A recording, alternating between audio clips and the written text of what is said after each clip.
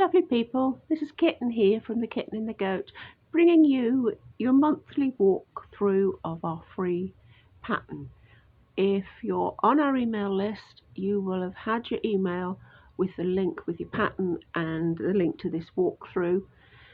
If you're not on the email list, well, subscribe, but it is available on the website for a couple of months before it goes over to Kendal as a paid for pattern. Do subscribe because we're getting near the magic number. What we're looking at this month is this little flower brooch. We're also looking at flower shapes in general and how you can use these little tricks, and the technique in a couple of weeks will be how to make different petal shapes so you can make different flowers to make a big cluster if you want to decorate something. So let's show you how to do these techniques. Down a little alley in the heart of Kendal town is a tiny independent yarn shop.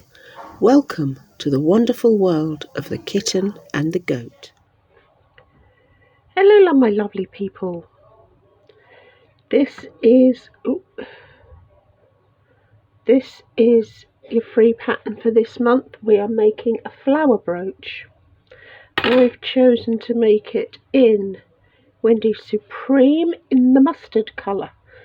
That's a good old winter staple. It's worked in 3 layers, and you work the petals on one band to make it easier. You're not going to be sewing on individual petals. Get myself sorted out. So we've done the first layer. We're going to do the second layer. I've cast on 12 stitches. That's what we want for our base. We need to suddenly increase the amount of stitches so that we can divide them up for our petals. So we've knit into the front and the back of a stitch before. This time we're going to knit into the front, knit into the back, and knit into the front again. So we're trebling the number of stitches. So let me show you. It's every single stitch, so relax your hands, it's going to get tight. Knit into the front, bring it out well so you've got a lot of space to work in. Wiggle, wiggle, wiggle. We're going to knit into the back, okay, like that. Then we're going to bring it right the way around and we're going to knit into the front again. Then you slip that needle off, stitch off the needle. You're going to go into the front, make a stitch, bring the yarn right through so you've got space to work. Don't skimp on making yourself space to work. To go into the back, come right the way round because we're going straight into that front again. Oop.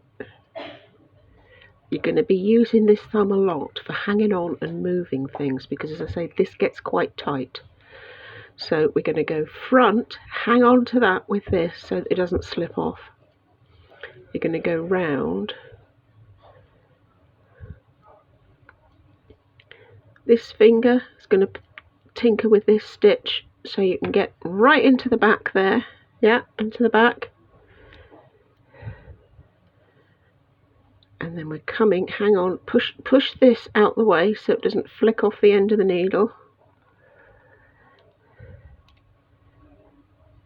There we go. Good old wiggle. Don't be scared of it. Give it a wiggle. And again, front,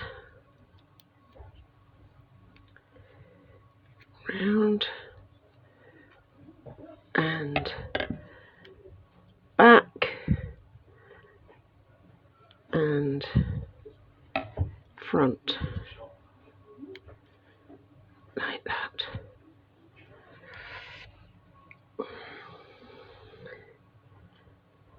And again, oops, got my, one more time, and then I'll finish the row and show you how to work the petal. Front,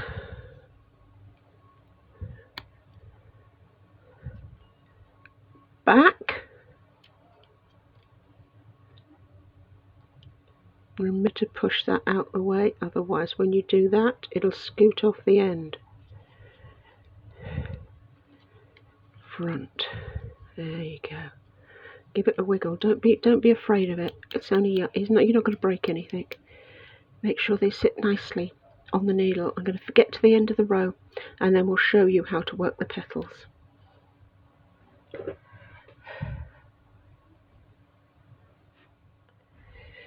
Now you get to work a purl row after all that increasing, so it does help to spread it out a bit.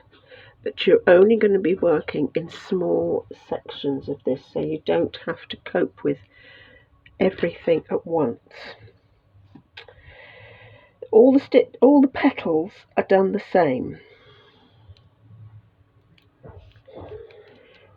You knit into the front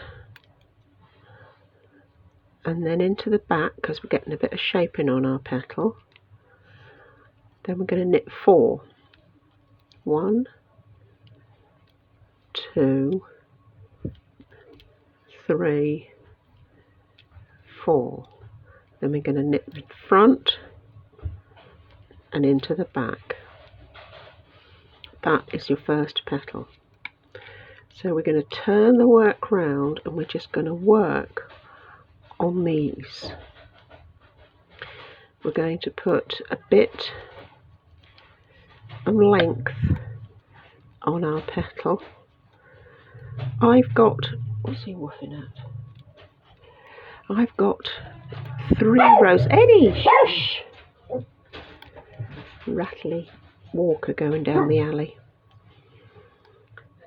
1,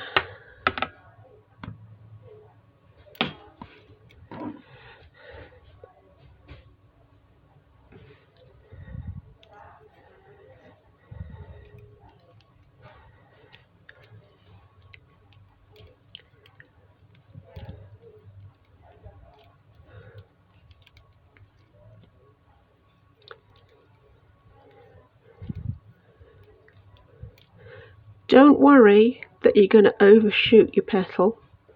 You can count your stitches, but when you get to the end you'll see a big gap on the ones you've worked and the ones you haven't. We're going to turn it again, and we're going to purl back.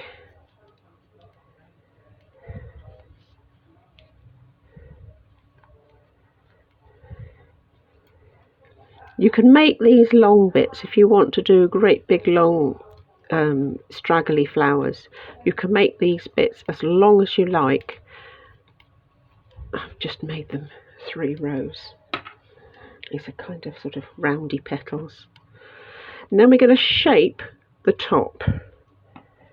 So we're going to knit 2 stitches together. We're going to knit 4. 1. Oops, the daisy's going too fast again. Funny angle that I'm working at.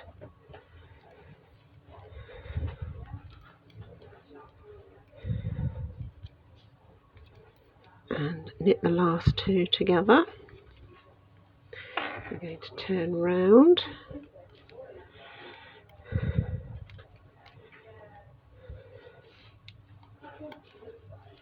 And just work plain purl along the back.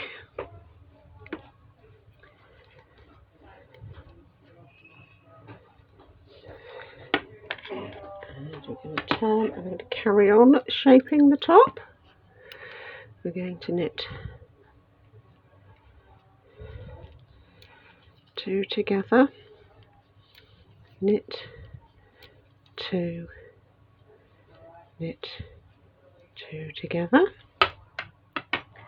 We're going to turn around. We're going to do plain pearl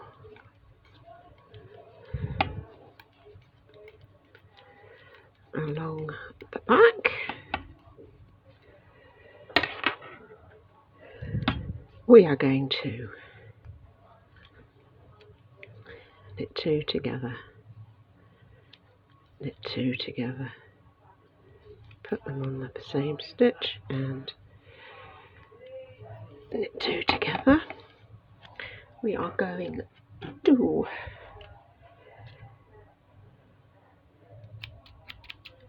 cut that. We're going to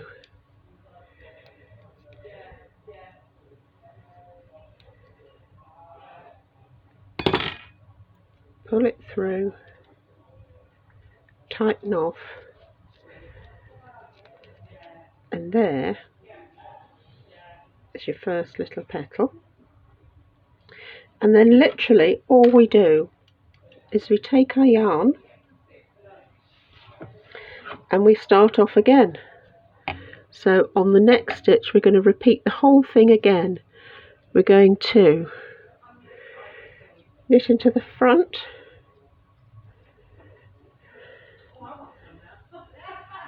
knit into the back. Oh, my hand's not right. Oops.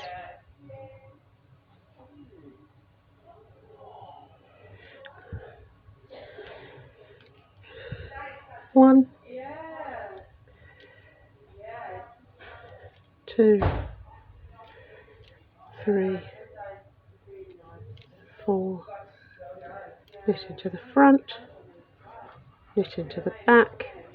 Then we're going to turn, work your purl row, knit row, purl row, and then decrease the top. And you're going to do that for every single petal so that you get a ring like that. Here's a little tip for you. When you've finished each round, before you start to assemble them, get them flat. Give them a good old squish, pull them, shape them, even to the point of give them a little iron to get them to go flat so it's easier to work with. If you would prefer a puffier, thickier, like me, thickier. If you'd prefer a puffier, thicker shape to the petals, you can always make 2 of these, put them back to back and sew all the way around the edge. It's not necessary, but I would suggest a little bit of a steam iron, press it flat, sew all your tails in so that you can see, because it's quite a lot to handle when you put all the layers together. This is the outer layer. Okay, right. Here's our little pieces, all done and pressed. And you're going to need a button with a shank on it. Put some yarn through the shank so you can get hold of it. And your flower is built around this. I've got a bit of yarn in here, so we're going to just put a bit of a running stitch around here.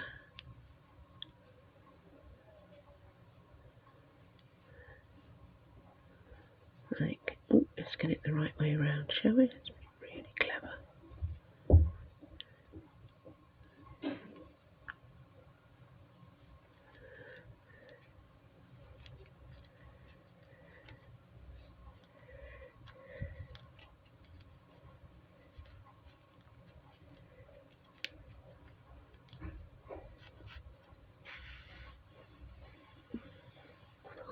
Through.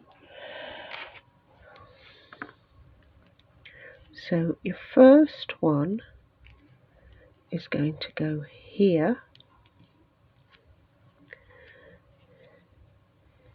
You want to hang on to your button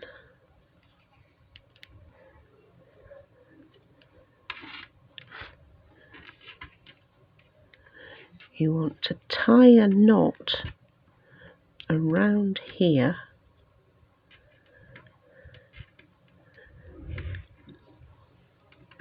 This will be easier for you because you won't be juggling with 6 things and have a camera lens in front of you while you're trying to see what you're doing. Okay, you want to do it round the button so that it's not too tight that you can't get the button through it. Okay, because it needs to sit to get a nice shape.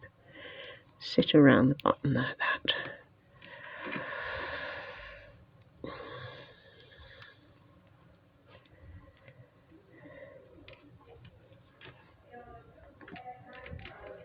There you go, see? Huff and fiddle with it. Put a couple of stitches here to finish it off.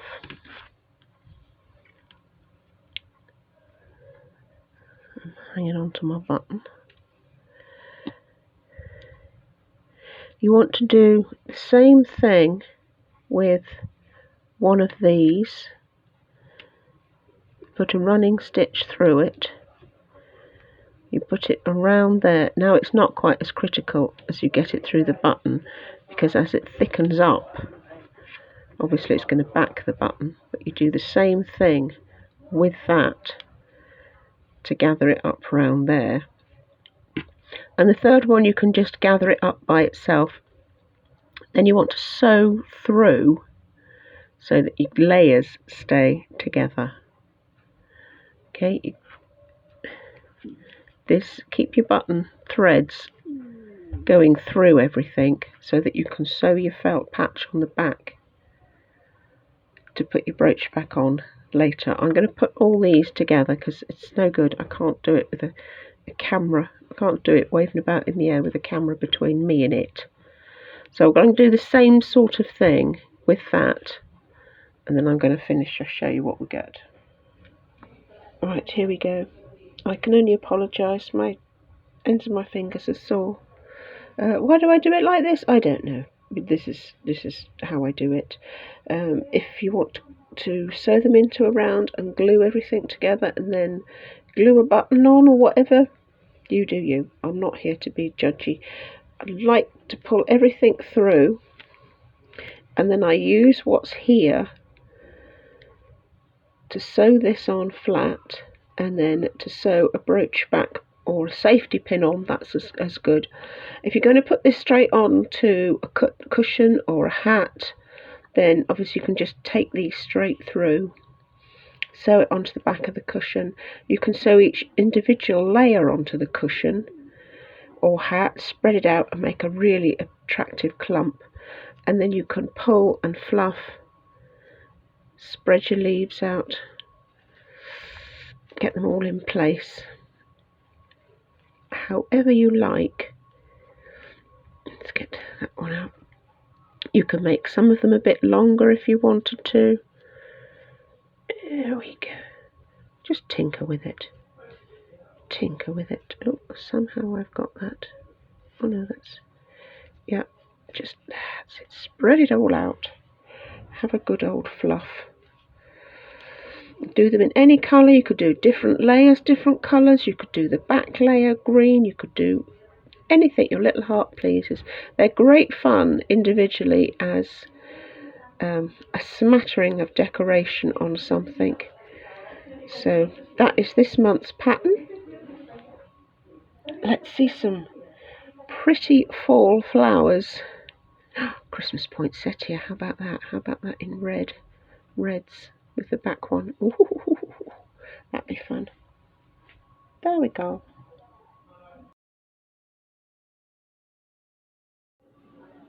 This little video is brought to you as part of our virtual knitting circle.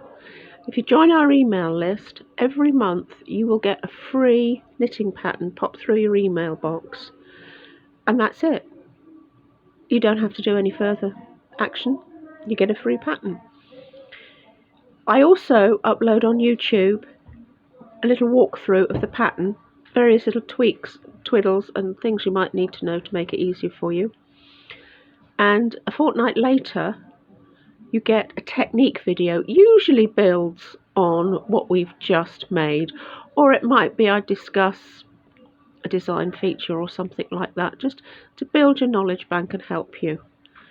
If you want to go on and buy the kit, that's fantastic. It's all on the website. We have a website. If you want to buy yarns and wools from us, we'd be exceedingly grateful. We are a tiny little independent knitting shop doing the best to help you knit. See you soon.